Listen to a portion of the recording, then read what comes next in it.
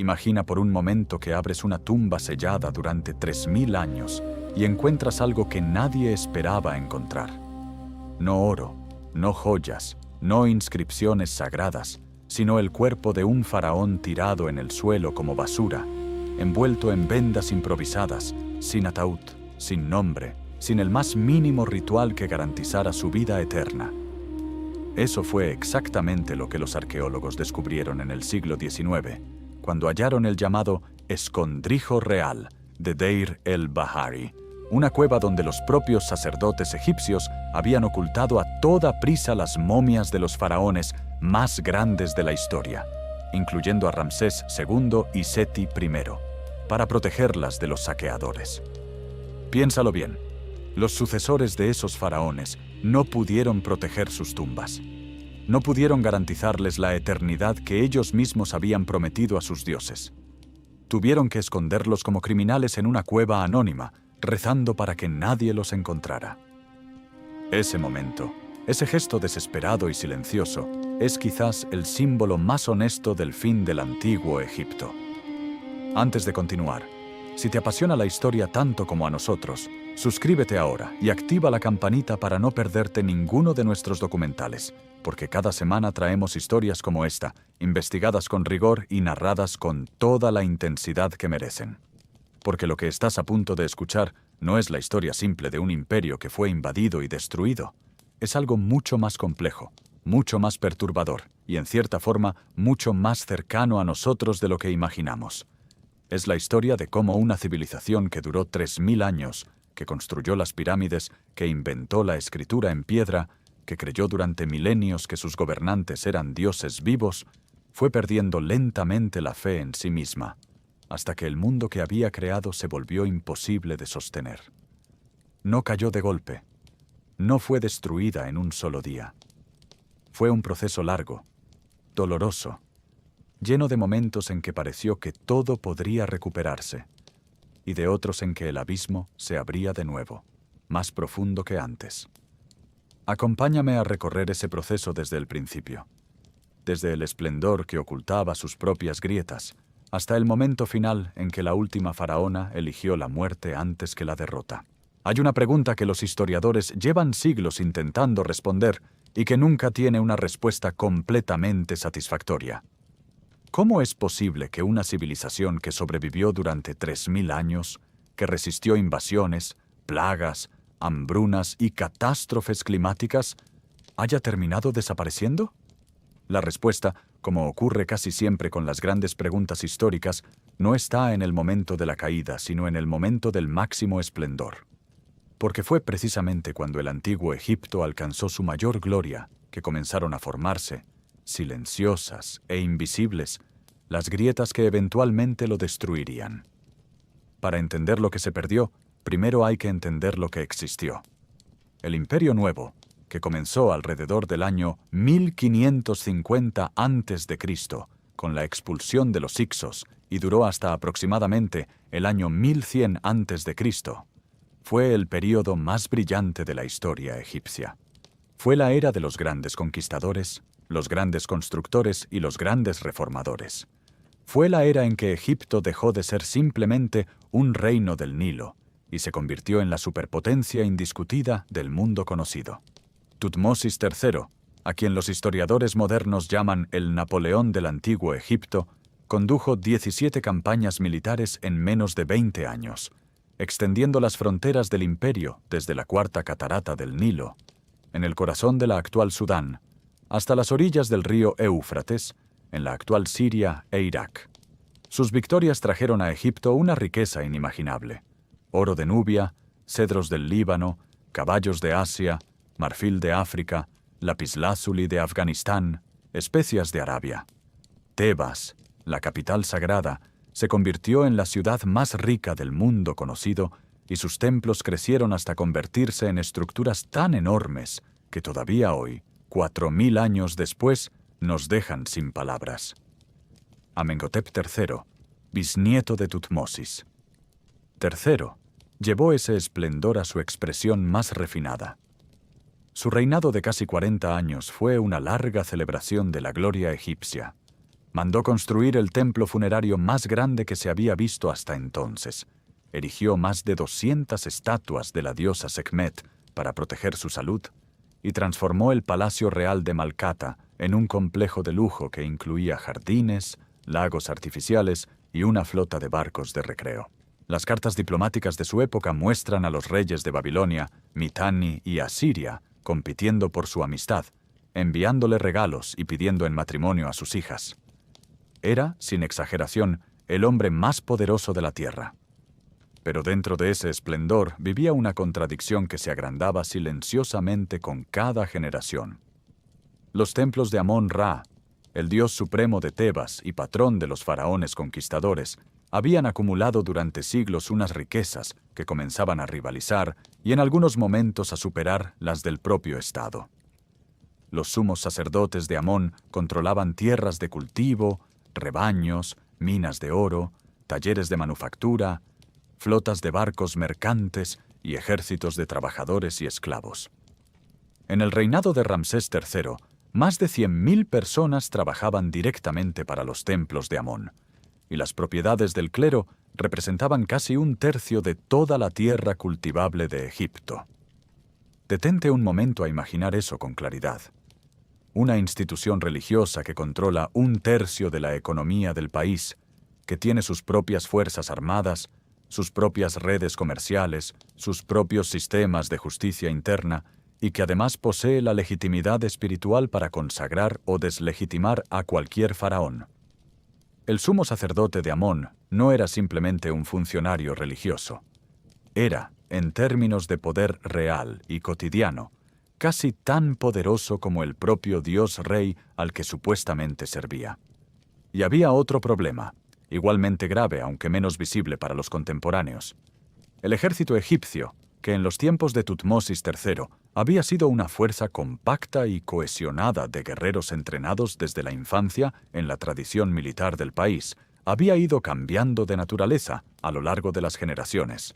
Las interminables campañas militares del Imperio Nuevo habían traído a Egipto no solo riquezas, sino también prisioneros de guerra, y muchos de esos prisioneros habían sido incorporados a las filas del ejército como mercenarios. Nubios, libios, pueblos del mar, canaanitas. Todos encontraron en el ejército egipcio un lugar donde ganarse la vida. Al principio eso fue una ventaja. Daba al ejército una diversidad de habilidades y técnicas de combate que lo hacía más versátil. Pero con el tiempo, esa diversidad se convirtió en una vulnerabilidad, porque un ejército formado en gran parte por mercenarios de distintos orígenes no tiene la misma lealtad al Estado que un ejército de ciudadanos que luchan por su tierra. Ramsés II, el faraón más célebre de toda la historia egipcia, reinó durante 66 años, construyó más templos que ningún otro faraón antes o después de él, libró la batalla de Kadesh contra los hititas y firmó el primer tratado de paz internacional del que se tiene registro. Cuando murió, a los 90 años aproximadamente, Egipto seguía siendo sobre el papel la primera potencia del mundo, pero el tesoro estaba casi vacío. Los proyectos de construcción habían drenado los recursos del Estado durante décadas. Sus sucesores heredaron un aparato burocrático sobrecargado, una clase sacerdotal cada vez más autónoma y un ejército cada vez menos leal. Lo que parecía un legado de gloria era en realidad la carga de un sistema que ya no podía sostenerse a sí mismo. El coloso tenía los pies de barro, y el primer golpe que lo sacudiría hasta los cimientos vendría desde dentro. Hay momentos en la historia en que una sola persona decide, con plena conciencia y voluntad, destruir el mundo en que vive para construir uno nuevo sobre sus ruinas. Akenatón fue uno de esos momentos. Y lo que hace su historia especialmente fascinante, especialmente perturbadora, es que su revolución no fue un acto de locura ni de ignorancia. Fue, en muchos sentidos, un acto de claridad brutal. Un faraón que vio con perfecta nitidez el problema que estaba deshaciendo su reino, y que eligió la solución más radical y más peligrosa que existía. Subió al trono alrededor del año 1353 a.C. con el nombre de Amenhotep IV, hijo de Amenhotep III y heredero de la mayor fortuna y el mayor poder que jamás había existido en el mundo antiguo. Sus primeros años de reinado parecían seguir la tradición. Construyó templos, organizó festivales, llevó a cabo los rituales sagrados que se esperaban de un faraón. Pero ya entonces algo estaba cambiando. En las construcciones que mandó levantar en Karnak, el corazón del poder de los sacerdotes de Amón, comenzaron a aparecer relieves del dios Atón, el disco solar, representado no como un personaje antropomorfo, sino simplemente como un círculo luminoso, del que descendían rayos que terminaban en manos humanas, ofreciendo vida a quienes tocaban. Era una imagen diferente, más abstracta, más filosófica, y detrás de ella había una idea que iba a cambiar todo. En el 5º año de su reinado, Amenhotep IV hizo lo impensable.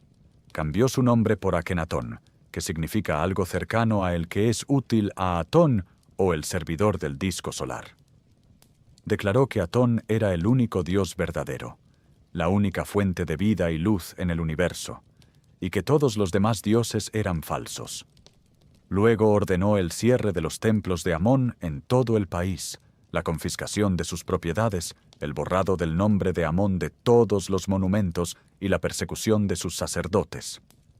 Y finalmente, como gesto definitivo de ruptura, abandonó Tebas y fundó una nueva capital en un lugar desierto a mitad de camino entre el Alto y el Bajo Egipto, Ajetatón, la ciudad del horizonte de Atón, hoy conocida como Tel el Amarna. Para entender lo que esto significó en términos prácticos, hay que recordar que en el antiguo Egipto la religión no era simplemente un conjunto de creencias personales. Era el sistema operativo del Estado, la justificación del poder político, la base del orden social y la garantía de la prosperidad material. Los templos no eran solo lugares de culto, eran bancos, graneros, hospitales, universidades y tribunales de justicia. Los sacerdotes no eran simplemente ministros religiosos, eran administradores del Estado, guardianes del conocimiento técnico y científico, intermediarios entre el pueblo y las fuerzas que controlaban el Nilo, las cosechas y las enfermedades. Cerrar los templos de Amón no era simplemente un acto de reforma religiosa. Era desmantelar el aparato administrativo más poderoso del país de un día para el otro. Y las consecuencias fueron inmediatas y devastadoras. En la frontera norte del imperio, en Siria y Canaán, los príncipes vasallos comenzaron a aprovecharse del vacío de poder. Las famosas cartas de Amarna, una colección de tablillas de arcilla descubierta en el siglo XIX, nos muestran con una claridad desgarradora lo que estaba pasando. Mensajes desesperados de gobernadores locales que suplican al faraón que les envíe tropas, que les mande oro, que les ayude a resistir las incursiones de sus vecinos. Carta tras carta, petición tras petición, y desde Ajetatón, silencio. El faraón estaba absorto en su Dios único, en su nueva ciudad sagrada, en los himnos que él mismo componía en honor al sol, y las fronteras del imperio se deshacían mientras tanto. Cuando Akenatón murió, alrededor del año 1336 a.C., su revolución no tardó en derrumbarse. Su sucesor, el joven Tutankamón, probablemente su hijo o yerno, restauró el culto de Amón, devolvió las propiedades a los sacerdotes, trasladó la capital de regreso a Tebas y ordenó que el nombre de Akenatón fuera borrado de todos los monumentos. Ajetatón fue abandonada, sus templos desmantelados piedra por piedra, y durante siglos el nombre del faraón herético fue simplemente el enemigo o el criminal en los documentos oficiales que se atrevían a mencionarlo. Pero el daño que Akenatón había causado era de una naturaleza que no se podía deshacer tan fácilmente. No era solo el daño económico de los templos cerrados, ni el daño militar de las fronteras perdidas, aunque ambos fueron graves y reales. Era algo más profundo, la idea de que el orden sagrado podía ser cuestionado, de que los dioses podían ser declarados falsos, de que el faraón podía equivocarse de un modo fundamental y monumental. Esa idea, una vez nacida, no se podía borrar simplemente quitando un nombre de la piedra. Había entrado en la memoria colectiva de un pueblo que durante siglos había creído que el orden del cosmos era eterno e inmutable. y esa semilla de duda seguiría creciendo en la oscuridad, silenciosa y tenaz, durante generaciones. En el año 1200 a.C., el mundo mediterráneo tal como lo conocían sus habitantes sencillamente dejó de existir. No fue una guerra convencional entre potencias rivales, no fue una plaga que barrió las poblaciones, no fue tampoco un desastre natural localizado. Fue algo que los historiadores modernos han llegado a describir como el mayor colapso civilizatorio de la historia antigua. En el espacio de unas pocas décadas, imperios que habían tardado siglos en construirse desaparecieron casi simultáneamente. Ciudades que llevaban 1000 años habitadas fueron incendiadas y abandonadas para siempre, y rutas comerciales que conectaban desde el Atlántico hasta Mesopotamia quedaron cortadas de golpe, sumiendo al mundo en una oscuridad económica y cultural de la que algunas regiones no se recuperarían durante siglos. El imperio hitita, que durante 200 años había sido el único rival militar que podía mirar a Egipto a los ojos, desapareció de un modo tan completo y tan rápido que sus propios sucesores perdieron la memoria de quiénes habían sido sus ancestros. Ugarit, la gran ciudad portuaria de la costa siria, el centro comercial más importante del Mediterráneo oriental, fue destruida y abandonada alrededor del año 1200 a.C., y sus últimas tablillas, rescatadas por los arqueólogos 3000 años después, son mensajes desesperados de socorro que nunca llegaron a su destino. Las ciudades micénicas de Grecia fueron incendiadas. Chipre fue devastada. Las islas del Egeo cambiaron de manos en medio del caos. Toda la red de intercambios, alianzas y relaciones diplomáticas que había hecho posible la prosperidad de la Edad de Bronce se vino abajo como un castillo de naipes. ¿Quiénes fueron los responsables? Los textos egipcios los llaman simplemente los pueblos del mar, y esa vaguedad en el nombre refleja perfectamente la confusión que generaron en quienes los enfrentaron. No eran un pueblo homogéneo ni un ejército organizado bajo un mando único. Eran, al parecer, una coalición o simplemente una sucesión de grupos migrantes de orígenes distintos, algunos provenientes del Egeo, otros de Anatolia, otros quizás de la región del Danubio o de Italia, que se pusieron en movimiento más o menos al mismo tiempo, probablemente empujados por una combinación de sequías, hambrunas, terremotos y el efecto en cascada del colapso de las civilizaciones que encontraban a su paso. Viajaban por tierra y por mar, con sus familias, sus bueyes, sus carros y sus barcos, y lo que no podían llevarse consigo lo destruían. No tenían un plan imperial, no buscaban fundar un nuevo reino ordenado. Sencillamente se movían hacia donde había comida y recursos, y arrasaban con lo que encontraban por el camino. Y esa aparente falta de estructura los hacía especialmente difíciles de combatir para los ejércitos tradicionales, que estaban entrenados para enfrentar batallas organizadas entre estados, no para detener migraciones masivas y violentas de pueblos enteros en movimiento. Ramsés III, el último gran faraón del Imperio Nuevo, los enfrentó no una sino 3 veces en los primeros 12 años de su reinado. Sus relieves en el templo de Medinet Habu, conservados con una claridad extraordinaria a pesar de los 3200 años transcurridos, muestran batallas navales de una violencia espectacular. Barcos egipcios embestiendo las embarcaciones enemigas, arqueros disparando desde las cubiertas, cuerpos cayendo al agua, prisioneros capturados y atados de rodillas ante el faraón victorioso. Son algunas de las representaciones más vívidas y detalladas de una batalla antigua que existen en el mundo. Egipto sobrevivió. Fue, literalmente, el único estado del Mediterráneo oriental que resistió el colapso y mantuvo su estructura política intacta. Y eso fue un logro enorme, un resultado que no debería darse por descontado, porque todos sus aliados y rivales cayeron. Pero el precio de esa supervivencia fue inmensamente alto, y las consecuencias de lo que Ramsés III tuvo que hacer para pagar ese precio se extenderían durante décadas y generarían problemas que sus sucesores serían incapaces de resolver. El problema más grave fue este. Para defender sus fronteras, Ramsés III tuvo que reclutar a miles de guerreros de los propios pueblos del mar, integrándolos como mercenarios en el ejército egipcio. Era una práctica que no era nueva. Los faraones llevaban siglos utilizando mercenarios libios, nubios y asiáticos, pero nunca a esta escala y nunca con grupos que acababan de invadir el propio territorio que se suponía que debían defender. Estos guerreros fueron asentados en aldeas militares dentro del delta del Nilo, con tierras, privilegios y una autonomía considerable. Con el tiempo, sus hijos y nietos crecieron hablando un mezcla de egipcio y sus propias lenguas, con una identidad híbrida que no era plenamente egipcia, pero que tampoco era la de sus ancestros del mar. El ejército de Egipto había salvado a Egipto, pero en el proceso había dejado de ser completamente egipcio.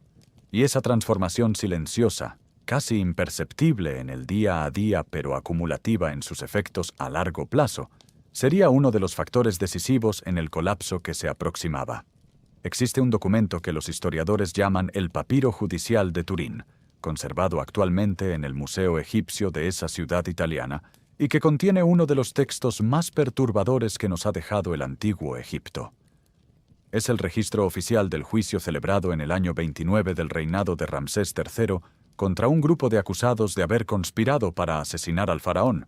El documento menciona los nombres de los conspiradores, los cargos específicos contra cada uno, los métodos que supuestamente utilizaron, incluyendo el uso de figurillas de cera para lanzar maleficios sobre el faraón y sus guardias, y las sentencias pronunciadas por el tribunal. Algunos fueron ejecutados. Otros recibieron la orden de quitarse la vida a ellos mismos. Algunos, incluyendo a jueces del propio tribunal que habían confraternizado con las acusadas, fueron mutilados. Les cortaron la nariz y las orejas como señal de deshonra permanente. Lo que el papiro no dice con claridad, lo que los escribas que lo redactaron evitaron cuidadosamente registrar, es si el complot tuvo éxito. Esa pregunta quedó sin respuesta durante más de 3000 años, hasta que en 2012 un equipo de científicos que estudiaba la momia de Ramsés III realizó una tomografía computerizada que reveló algo que nadie esperaba encontrar. Debajo de las vendas de lino que cubrían el cuello del faraón había una herida profunda, tan profunda que había cortado la tráquea y los vasos sanguíneos principales, una herida mortal que había sido cuidadosamente ocultada por los embalsamadores con telas adicionales. Ramsés III no había muerto de vejez ni de enfermedad. Había sido degollado. El complot fue organizado, según el papiro, por una de las esposas secundarias del faraón, llamada Tille, quien quería colocar a su hijo Pentaur en el trono en lugar del heredero legítimo. Para lograrlo, tejió una red de conspiradores que incluía funcionarios del harén, supervisores de la administración real, oficiales del ejército y al menos un subcomandante de los guardias del palacio. El hecho de que una conspiración de ese alcance y esa complejidad pudiera organizarse en el corazón mismo del poder real, dice todo lo que necesita decirse sobre el estado real del sistema en ese momento. El faraón, el dios viviente, el axis mundi alrededor del cual giraba el cosmos entero, ya no era intocable. Ya no inspiraba el temor reverencial que había protegido a sus antecesores durante generaciones. Ya era un hombre que podía ser asesinado por su propia esposa mientras dormía. El golpe fracasó en el sentido de que Pentaur nunca llegó al trono, pero Ramsés III murió de sus heridas pocas semanas después. Y lo que vino a continuación fue una de las caídas más rápidas y más completas que registra la historia del antiguo Egipto.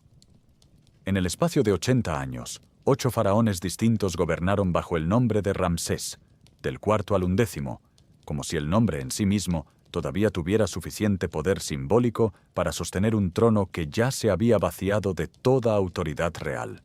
Ninguno de ellos dejó una huella significativa en los monumentos. Ninguno lanzó grandes campañas militares. Ninguno acometió proyectos de construcción comparables a los de sus predecesores. Los documentos administrativos de la época muestran un Estado que funciona por inercia, sin dirección ni visión, mientras los problemas se acumulan sin que nadie tenga la autoridad o la voluntad de resolverlos. El más grave de esos problemas era la corrupción sistemática que había penetrado todos los niveles de la administración, incluyendo los que se suponía que eran los más sagrados. Hacia el final del reinado de Ramsés IX, entre los años 1122 y 1102 a.C., se descubrió que las tumbas del Valle de los Reyes estaban siendo sistemáticamente saqueadas, no por ladrones externos que hubieran burlado los sistemas de seguridad, sino por los propios trabajadores y funcionarios encargados de construirlas y protegerlas. El papiro Abbott y otros documentos judiciales de la época registran investigaciones, confesiones y juicios relacionados con estos robos, y la imagen que emerge es la de un sistema completamente corrompido. Guardias que reciben sobornos para mirar hacia otro lado, escribas que falsifican registros para ocultar los robos, funcionarios de alto rango que participan en el reparto del botín. El descanso eterno de los dioses reyes del pasado ya no era seguro en manos de sus propios siervos, y mientras las tumbas eran saqueadas y el Estado se desmoronaba desde dentro, el poder real se desplazaba hacia otra institución. El sumo sacerdote de Amón en Tebas, cuya riqueza y autonomía llevaban generaciones creciendo sin control, comenzó a asumir funciones que pertenecían al faraón. Primero fue la administración de las tierras del sur, luego el control del ejército del Alto Egipto, y finalmente, con Herihor, que ocupó el cargo de sumo sacerdote alrededor del año 1080 a.C., llegó el paso definitivo. Un sacerdote de Amón comenzó a usar la cartela real, el óvalo simbólico que en los jeroglíficos rodeaba únicamente el nombre del faraón. No se llamó a sí mismo rey, pero actuó como uno. El imperio nuevo había llegado a su fin. Si hubiera que elegir una sola imagen que resumiera lo que fue el tercer período intermedio en el antiguo Egipto, esa imagen podría ser la de dos tronos ocupados simultáneamente en dos ciudades distintas del mismo país, ambos reclamando ser el trono legítimo de los faraones, ninguno con suficiente poder para imponerse al otro. Porque eso fue exactamente lo que ocurrió durante más de 350 años, desde el año 1100 hasta el 725 a.C. aproximadamente. Un Egipto dividido entre el norte y el sur, gobernado por dos líneas de autoridad que coexistían de manera incómoda, que a veces cooperaban y a veces se enfrentaban, pero que nunca lograron reintegrar el país bajo una sola voluntad, con suficiente poder para devolverle su grandeza anterior. En el norte, en la ciudad de Tanis, ubicada en el delta oriental del Nilo, los faraones de la 21ª dinastía ejercían una soberanía formal sobre el Bajo Egipto. Eran egipcios legítimos en el sentido de que usaban los títulos, realizaban los rituales y se hacían representar en los monumentos según la tradición faraónica. Pero su poder real era limitado. Su territorio era reducido y sus recursos eran una fracción de los que habían tenido los grandes faraones del Imperio Nuevo. Construyeron tumbas en Tanis porque el Valle de los Reyes en el sur ya no estaba bajo su control, y esas tumbas, aunque contienen joyas y objetos de gran valor artístico, son pequeñas y modestas comparadas con los sepulcros monumentales de sus predecesores. Son las tumbas de reyes que saben que son pequeños, que han perdido algo que no pueden recuperar. En el sur, en Tebas, los sumos sacerdotes de Amón gobernaban el Alto Egipto con una autoridad que era en la práctica tan completa como la de cualquier faraón, aunque sin el título formal. A partir de Herihor, el primero que usó la cartela real sin reclamar el trono abiertamente, sus sucesores fueron refinando este curioso equilibrio entre el poder religioso y el poder político, presentándose como los verdaderos guardianes del orden sagrado y de la tradición faraónica precisamente en el momento en que los faraones del norte demostraban no poder defenderla. Es un argumento circular y cínico. Te protejo de tu propia debilidad usando el poder que he acumulado gracias a esa debilidad. Pero funcionó durante décadas. La verdadera transformación, sin embargo, llegó desde el exterior, de un modo que los contemporáneos probablemente no percibieron como una amenaza hasta que fue demasiado tarde para resistirla. Durante los siglos anteriores, el ejército egipcio había incorporado a miles de mercenarios libios, los llamados Mashwesh, y otros grupos tribales del desierto occidental. Muchos de ellos habían sido integrados tan completamente en la sociedad egipcia que sus hijos y nietos ya no eran percibidos como extranjeros. Hablaban egipcio, adoraban a los dioses egipcios, se casaban con egipcias y ocupaban puestos importantes en el ejército y la administración, pero conservaban también sus propias estructuras de liderazgo tribal, sus propios jefes hereditarios, su propia memoria de quiénes eran y de dónde venían. Y alrededor del año 945 a.C., uno de esos jefes libios, llamado Sheshonq, dio el paso que sus predecesores no habían dado. Se proclamó faraón y fundó la 22ª dinastía. No fue una conquista violenta en el sentido convencional del término. Sheshonq llevaba décadas siendo uno de los hombres más poderosos de Egipto, con alianzas matrimoniales que lo conectaban tanto con la familia del faraón de Tanis como con los sumos sacerdotes de Amón. Cuando el último faraón de la 21ª dinastía murió sin un sucesor claro, Sheshonq simplemente ocupó el vacío con la naturalidad de quien ya estaba acostumbrado a ejercer el poder real sin tener el título formal. Lo notable y lo históricamente revelador es lo que Sheshonq hizo una vez que estuvo en el trono. No desmontó la tradición faraónica, no impuso las costumbres de su pueblo. Por el contrario, se comportó con toda la solemnidad y el rigor de un faraón clásico. Construyó templos, lanzó una campaña militar hacia Canaán y Palestina que quedó registrada en las paredes del templo de Karnak. Llevó a cabo los rituales sagrados del calendario religioso y mandó representarse a sí mismo en las inscripciones con todos los atributos divinos de sus predecesores. Los estudiosos de la época deben haberlo visto como una restauración del orden, no como una ruptura. Y sin embargo, era exactamente una ruptura, porque por primera vez en la historia de Egipto, el hombre que llevaba la corona doble no era plenamente egipcio en el sentido en que ese término había sido entendido durante 3000 años. Los sucesores de Sheshonq mostraron cada vez menos interés en la unidad del país.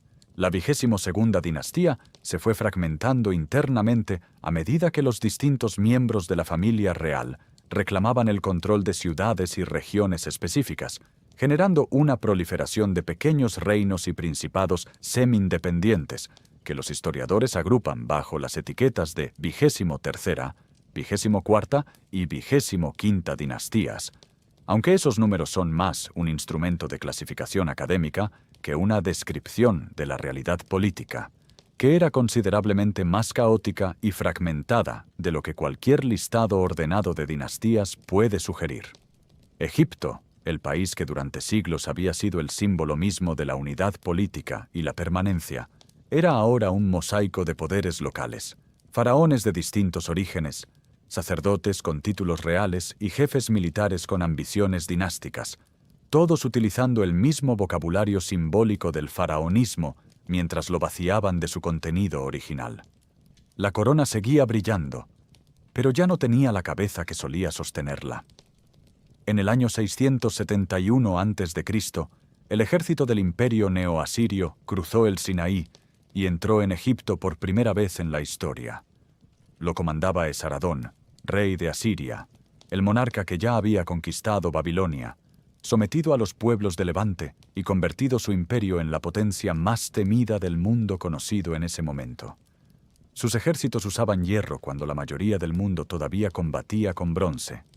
Sus tácticas de asedio eran las más avanzadas de la época. Sus métodos para gestionar los territorios conquistados combinaban la brutalidad más absoluta con una eficiencia administrativa que hacía difícil la resistencia organizada durante largo tiempo. Y ahora, finalmente, había llegado el turno de Egipto. Pero la historia de esa invasión no puede contarse sin contar primero la historia de quienes intentaron detenerla, porque los defensores de Egipto, en ese momento crítico, no eran los descendientes de los faraones del Imperio Nuevo, no eran los libios de la 22ª dinastía, ni los señores locales del Delta. Eran nubios, guerreros del sur profundo, del reino de Kush, que habían cruzado las cataratas del Nilo en dirección contraria a todas las expediciones de conquista egipcias de los siglos anteriores y que se habían convertido en uno de los giros más inesperados de toda la historia antigua, en los últimos defensores apasionados y comprometidos de la tradición faraónica clásica. El reino de Kush, con capital en Napata, al sur de la cuarta catarata del Nilo, llevaba siglos bajo la influencia cultural de Egipto. Sus élites hablaban egipcio, adoraban a Amón, construían pirámides para sus reyes, usaban los jeroglíficos y practicaban los rituales funerarios de la tradición faraónica con un rigor que en muchos casos superaba al de los propios egipcios del norte, quienes para entonces llevaban generaciones gobernados por dinastías de origen libio. Cuando el rey Nubio Pi, también conocido como Pianki, marchó hacia el norte alrededor del año 727 a.C., su expedición tenía el carácter de una cruzada. Venía a restaurar el orden sagrado, a unificar el país bajo el signo de Amón y a devolver a Egipto la dignidad que sus gobernantes locales habían dilapidado. Lo notable es que lo logró, al menos temporalmente, conquistando el país de norte a sur y siendo reconocido como faraón legítimo por los sacerdotes de los principales templos. Su sucesor Shabaka consolidó esa conquista y fundó la 25ª dinastía, la llamada dinastía etíope o cushita, que gobernaría Egipto durante más de 50 años. Los reyes de esta dinastía se comportaron como faraones clásicos con una devoción que rozaba el arcaísmo. Mandaron copiar y restaurar textos sagrados antiquísimos que estaban cayendo en el olvido, construyeron templos en el estilo del Imperio Nuevo, se hicieron representar con todos los símbolos tradicionales de la realeza egipcia y tomaron nombres egipcios además de sus nombres nubios. Era como si, llegados desde el sur, hubieran traído con ellos una copia de respaldo del antiguo Egipto, preservada durante siglos fuera de sus fronteras, y la estuvieran reinstalando en el país de origen. Y fue precisamente en ese momento de inesperada renovación cuando llegaron los asirios. Esaradón invadió Egipto en el año 671. Derrotó al faraón nubio Taharka en 2 batallas sucesivas y tomó Memphis, la antigua capital del Bajo Egipto, saqueándola con la brutalidad característica de los ejércitos asirios. Taharka huyó hacia el sur, hacia Tebas, y desde allí siguió resistiendo.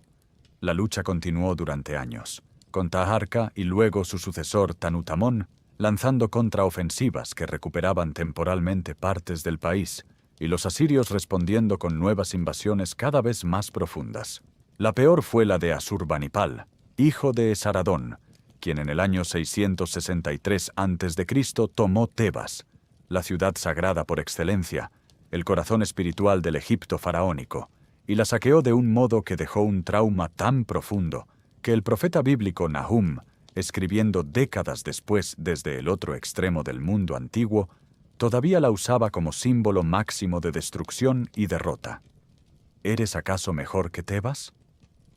Los templos fueron violados, las estatuas derribadas, el oro arrancado de los santuarios. Tebas nunca se recuperaría completamente de ese golpe.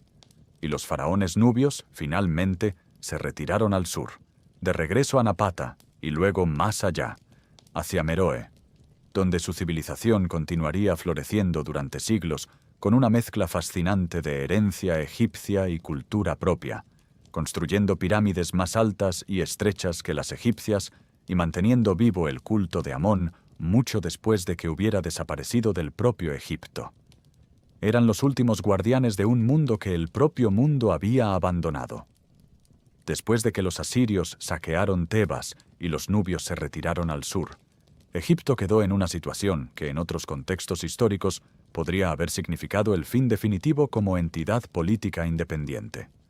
Pero Egipto, como había demostrado tantas veces a lo largo de su larga historia, tenía una capacidad de resurgimiento que resultaba casi sobrenatural para quienes la observaban desde fuera. Y esa capacidad se manifestó una vez más, por última vez, bajo la forma de una familia de gobernantes locales del delta occidental que los griegos llamarían los Saitas, por su ciudad de origen, Sais, y que los historiadores clasifican como la 26ª dinastía. El arquitecto de ese último renacimiento fue Psamético I, quien gobernó durante 54 años, entre el año 664 y el 610 a.C., primero como vasallo de los asirios y luego, aprovechando el debilitamiento del imperio asirio ante sus propios enemigos internos, como gobernante independiente que fue unificando progresivamente el país bajo su autoridad. Para lograrlo, Psamético utilizó todos los instrumentos que tenía a su disposición: habilidad diplomática, alianzas matrimoniales, el apoyo de los mercenarios griegos y carios que había contratado como columna vertebral de su ejército, y una legitimidad religiosa cuidadosamente construida a través de su relación con el clero de Amón en Tebas, al que convenció de reconocer a su hija como esposa divina del dios, el cargo femenino más elevado en la jerarquía sacerdotal del Alto Egipto.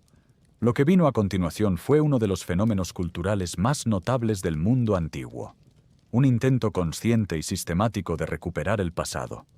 Los artistas de la época saíta estudiaron y copiaron las obras del Imperio Antiguo y del Imperio Nuevo con una meticulosidad arqueológica que no tiene precedente en la historia del arte antiguo. Las esculturas de este período son deliberadamente arcaicas en su estilo, imitando las convenciones formales de hacía 1000 años, con una habilidad técnica extraordinaria. Los textos religiosos fueron revisados y editados para aproximarlos a las versiones más antiguas conocidas. Los títulos y ceremonias de la corte fueron restaurados en sus formas clásicas. Era como si toda la energía creativa del Estado se hubiera concentrado en una sola tarea: recordar quiénes habían sido los egipcios y demostrar que todavía podían serlo. Y al mismo tiempo, con una aparente contradicción que en realidad refleja la complejidad de su situación, los faraones saítas abrieron Egipto al mundo exterior como nunca antes lo había estado. Fundaron la ciudad de Naucratis en el Delta como colonia comercial griega, la primera vez que una potencia extranjera recibía permiso para establecer un asentamiento permanente en suelo egipcio. Contrataron mercenarios griegos, carios, judíos y fenicios para su ejército. Enviaron expediciones de exploración por el Mediterráneo y el Mar Rojo. Según el historiador griego Heródoto, Necao II, nieto de Psamético, incluso financió una expedición de navegantes fenicios que circunnavegó el continente africano. Un viaje de 3 años que los llevó más allá de todos los límites del mundo conocido. Había en todo eso una paradoja que los propios actores probablemente no podían ver con claridad desde dentro. El intento de recuperar el Egipto antiguo se estaba financiando y apoyando en las conexiones con el mundo mediterráneo moderno, con los griegos, los fenicios, los mercenarios de diversas procedencias que representaban exactamente el tipo de influencia exterior que el Egipto clásico siempre había tratado de mantener a distancia. El renacimiento del pasado se estaba construyendo con los materiales del futuro, y ese futuro, con toda su riqueza y su dinamismo, estaba dirigido en última instancia por las mismas fuerzas que terminarían absorbiendo y transformando a Egipto para siempre. El último rey de la 26ª dinastía, Psamético III, reinó durante apenas unos meses antes de enfrentar la amenaza que sus predecesores habían logrado esquivar o posponer. El imperio persa aqueménida, bajo el mando del hijo de Ciro el Grande, el rey Cambises II, estaba cruzando el Sinaí. Y esta vez no habría escapatoria. Hay una historia que cuenta Polieno, un escritor griego del siglo II de nuestra era, sobre la batalla de Pelusio, librada en el año 525 a.C. entre el ejército persa de Cambises II y las fuerzas egipcias de Psamético III.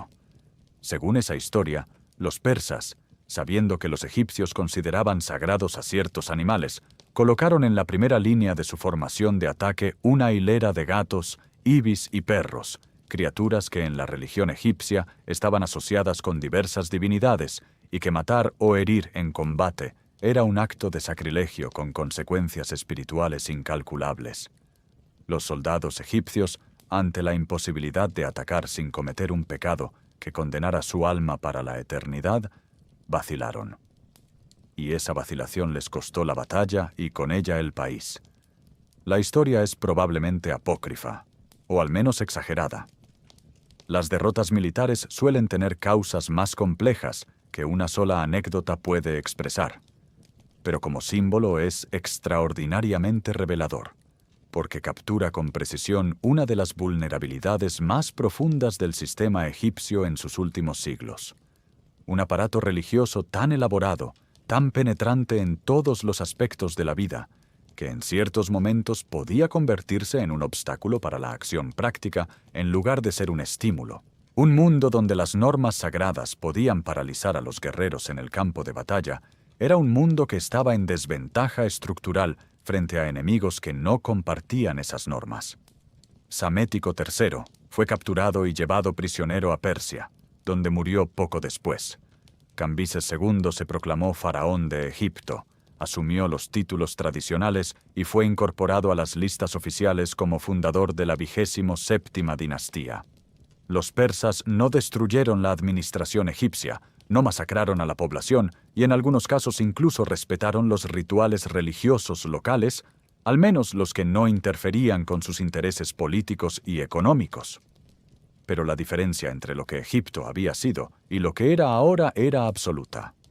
Por primera vez en 3000 años, el hombre que llevaba el título de faraón no residía en Egipto. No estaba conectado por nacimiento ni por educación, ni por convicción personal con la civilización que gobernaba, y consideraba el país no como el centro del cosmos, sino simplemente como la provincia más rica de un imperio que se extendía desde el Indo hasta el Nilo. Hubo rebeliones. Las hubo casi desde el primer momento, y a lo largo de los siguientes 2 siglos, las tensiones entre la dominación persa y la resistencia egipcia produjeron momentos de independencia efímera, las llamadas 28ª, 29ª y 30ª dinastías, breves períodos en que faraones nativos lograron expulsar temporalmente a los persas y gobernar un Egipto formalmente independiente, aunque ya profundamente transformado por generaciones de contacto con el mundo mediterráneo. El último de esos faraones nativos, Nectanebo II, fue derrotado por la segunda conquista persa en el año 343 a.C. y huyó hacia el sur, hacia Nubia, donde según algunas fuentes pasó el resto de su vida. Con él terminó definitivamente la línea de faraones nativos de Egipto, aunque su nombre continuaría vivo en la memoria popular durante siglos, envuelto en leyendas que lo convertían en mago, profeta y padre secreto de Alejandro Magno. Y Alejandro llegó. En el año 332 a.C., el joven rey de Macedonia, que ya había destruido el imperio persa en una serie de batallas que desafiaban toda lógica militar convencional, entró en Egipto desde el este. No necesitó combatir para tomarlo. El sátrapa persa que gobernaba el país se rindió sin resistencia significativa, y los egipcios, que llevaban 2 siglos acumulando resentimiento contra sus gobernantes persas, recibieron al conquistador macedonio con una actitud que sus textos de la época describen como de alivio y hasta de entusiasmo. Alejandro realizó todos los gestos correctos. Visitó el oráculo de Amón en el oasis de Sigua, donde fue proclamado hijo del dios, lo que equivalía en términos del protocolo egipcio a ser reconocido como faraón legítimo.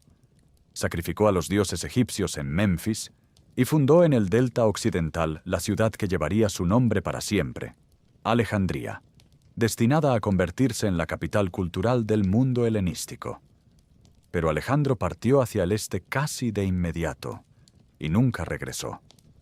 Cuando murió en Babilonia en el año 323 a.C., a los 32 años, sin haber designado un sucesor claro, sus generales se repartieron su enorme conquista. Egipto correspondió a Ptolomeo, hijo de Lagos, un macedonio que había sido uno de los comandantes más capaces y más inteligentes del ejército de Alejandro, y que desde el primer momento demostró tener una visión clara de lo que quería hacer con su nueva adquisición. Ptolomeo se estableció en Alejandría, se hizo proclamar faraón y comenzó a construir la última de las grandes civilizaciones del mundo antiguo, el reino ptolemaico, griego en su lengua y su cultura, egipcio en su forma y su ritual, y absolutamente singular en la mezcla que producía de esos 2 mundos. Si disfrutas este documental y quieres que sigamos trayéndote historias como esta, regálanos un me gusta y comparte el video con alguien a quien le apasione la historia antigua, porque cada interacción nos ayuda a llegar a más personas que merecen escuchar estas historias. Alejandría era, en todos los sentidos que importan, una ciudad que no pertenecía al Egipto que la rodeaba. Sus calles trazadas en cuadrícula, su puerto de aguas profundas con el faro colosal que los griegos contaban entre las 7 maravillas del mundo antiguo, su biblioteca que aspiraba a reunir el conocimiento de toda la humanidad, sus teatros gimnasios, baños públicos y ágoras. Todo respondía a un modelo urbano griego que no tenía precedentes en la historia del Nilo. Sus habitantes principales eran griegos macedonios, judíos de la diáspora y una mezcla cosmopolita de mercaderes, filósofos, artistas y aventureros de todas las procedencias mediterráneas. El idioma de la administración, la cultura, la ciencia y la filosofía era el griego, y específicamente esa forma refinada y accesible del griego que los gramáticos de la biblioteca estaban codificando como lengua literaria estándar y que la historia conoce como el griego común o koiné. Los ptolomeos que gobernaron Egipto durante casi 3 siglos, desde la muerte de Alejandro hasta el fin de Cleopatra VII en el año 30 a.C., tomaron una decisión que sus predecesores persas no habían tomado. Decidieron ser faraones de verdad, no solo de nombre. Construyeron templos en el estilo clásico egipcio con una fidelidad a los cánones tradicionales que asombra todavía hoy a los visitantes. El templo de Horus en Edfu, el de Hathor en Dendera, los complejos de Kom Ombo y Filas son obras ptolemaicas, construidas entre los siglos III y I antes de Cristo, que a primera vista son indistinguibles de los monumentos del Imperio Nuevo construidos 1000 años antes. Los ptolomeos se hicieron representar en las paredes de esos templos con todos los atributos del faraón clásico, con el nemes en la cabeza, el cetro y el flagelo en las manos, ofreciendo a los dioses egipcios los mismos regalos que sus predecesores de la 18ª y 19ª dinastías les habían ofrecido. Se casaban entre hermanos para mantener la pureza dinástica según la tradición de la realeza oriental, tomaban nombres egipcios adicionales junto a sus nombres griegos y financiaban el mantenimiento de los templos y el culto sacerdotal en todo el país. Algunos de ellos, como Ptolomeo III Evergetes, llegaron incluso a salir victoriosos en campañas militares hacia Siria que imitaban las expediciones de Tutmosis III y Ramsés II, aunque en una escala considerablemente menor. En ciertos aspectos, los ptolomeos fueron faraones más auténticos que muchos de sus predecesores tardíos, porque al menos se tomaban en serio la dimensión ceremonial y religiosa del cargo. Pero el Egipto real, el que existía más allá de los límites de Alejandría y de las pocas ciudades de fundación griega, seguía siendo un país profundamente diferente del mundo que sus nuevos gobernantes habitaban cotidianamente. Los campesinos del Nilo, los sacerdotes de los templos ancestrales, los artesanos de las ciudades antiguas como Menfis, Tebas y Abidos, continuaban viviendo según los ritmos y las costumbres que llevaban milenios sin cambiar de manera fundamental. Hablaban demótico, la forma tardía del antiguo egipcio, y luego copto, su evolución cristiana. Realizaban sus rituales de siembra y cosecha según el calendario sagrado del Nilo. Enterraban a sus muertos con las fórmulas del libro de los muertos. Y miraban a sus gobernantes griegos con una mezcla de respeto formal, resentimiento económico y distancia cultural que ninguna cantidad de templos construidos en estilo egipcio podía eliminar completamente. Esa fractura entre el Egipto griego y el Egipto profundo se fue agrandando con el tiempo, especialmente a medida que los ptolomeos tardíos mostraban menos capacidad de gobierno y más tendencia a las intrigas dinásticas. El siglo II a.C. fue una sucesión de guerras civiles, asesinatos entre hermanos, usurpaciones y restauraciones que debilitaron progresivamente la autoridad central y obligaron a los reyes ptolemaicos a depender cada vez más del apoyo militar y diplomático de Roma para mantenerse en el trono. La paradoja final del reino ptolemaico es que los faraones que más cuidadosamente habían mantenido las formas exteriores de la realeza egipcia acabaron siendo completamente incapaces de ejercer la soberanía real que esas formas pretendían expresar. El último capítulo de esa historia sería escrito por una mujer extraordinaria, la única ptolemaica que fue simultáneamente faraona egipcia de verdad y figura política de escala internacional, Cleopatra VII.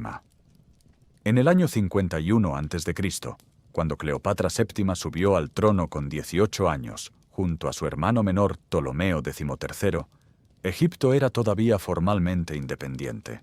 Pero su independencia era poco más que una ficción diplomática sostenida por la conveniencia momentánea de Roma, que encontraba más útil tener en el Nilo un aliado formalmente soberano que una provincia directa que hubiera que administrar y defender.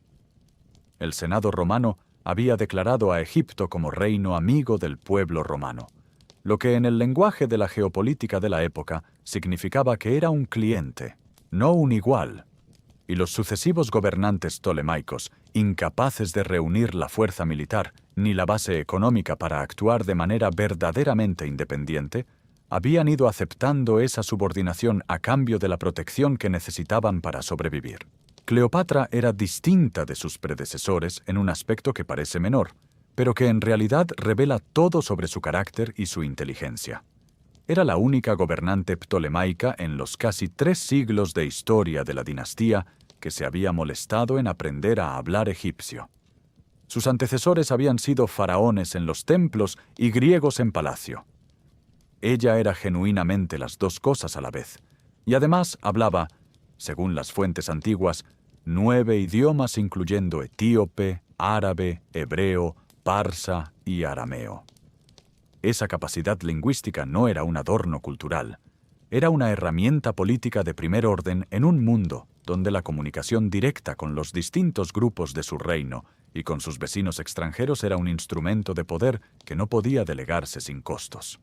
La historia de su alianza con Julio César, del hijo que tuvo con él, del tiempo que pasó en Roma como su compañera reconocida, y del regreso a Egipto tras el asesinato del dictador en los idus de marzo del año 44 a.C., es una historia que ha sido contada 1000 veces y que sin embargo nunca pierde su intensidad dramática, porque en ella se condensa todo lo que era el mundo antiguo en su momento final, el choque entre el orden establecido y las nuevas formas de poder, entre la legitimidad tradicional y la fuerza bruta de las armas, entre el sueño de la soberanía y la realidad de la dependencia.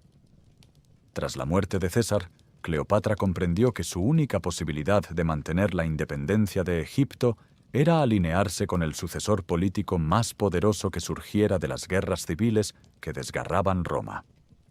Ese hombre fue Marco Antonio, el triunviro que controlaba el oriente del Imperio Romano y que desde su base en Antioquía buscaba los recursos para financiar su campaña contra Persia y su competencia con Octavio por la herencia definitiva de César. Cleopatra se convirtió en su aliada, su compañera y la madre de sus 3 hijos, pero también en algo más, en la arquitecta de un proyecto político que en sus momentos más ambiciosos apuntaba a la creación de un reino oriental helenístico que pudiera sobrevivir y eventualmente desafiar a Roma. La llamada donación de Alejandría, en la que Marco Antonio redistribuyó territorios del oriente mediterráneo entre Cleopatra y sus hijos, fue el momento en que ese proyecto tomó forma concreta y también el momento en que selló su destino, porque en Roma la noticia fue recibida como una declaración de guerra implícita, y Octavio, frío y calculador, no tardó en utilizarla para convencer al Senado y al pueblo romano de que Marco Antonio había traicionado a Roma por una reina oriental que quería gobernar el mundo desde Alejandría. La batalla de Accio, librada el 2 de septiembre del año 31 a.C., frente a las costas del noroeste de Grecia, fue el enfrentamiento definitivo. Las flotas de Cleopatra y Marco Antonio se midieron contra la de Octavio en condiciones que desde el principio fueron desfavorables para el bando oriental, debilitado por deserciones, enfermedades y la desorientación estratégica de sus comandantes. La derrota fue decisiva. Ambos huyeron de regreso a Egipto sabiendo que el final era inminente. Marco Antonio, engañado por un rumor falso que decía que Cleopatra había muerto, se quitó la vida antes de que Octavio llegara a Alejandría. Cleopatra sobrevivió unos días más, lo suficiente para intentar negociar con el vencedor. Pero Octavio no tenía interés en pactos. Quería el oro de Egipto, su grano, sus recursos, y quería exhibir a la reina vencida en su triunfo procesional en Roma. Cuando Cleopatra comprendió que eso era lo que la esperaba, eligió la única forma de soberanía que todavía estaba en sus manos, la de decidir su propia muerte. Según la tradición más difundida, cuya exactitud histórica es difícil de verificar pero cuyo valor simbólico es inmenso, se hizo picar por un áspid, la serpiente del ureo real que los faraones llevaban en la frente como símbolo de su poder divino. Murió a los 39 años. Era el año 30 antes de Cristo.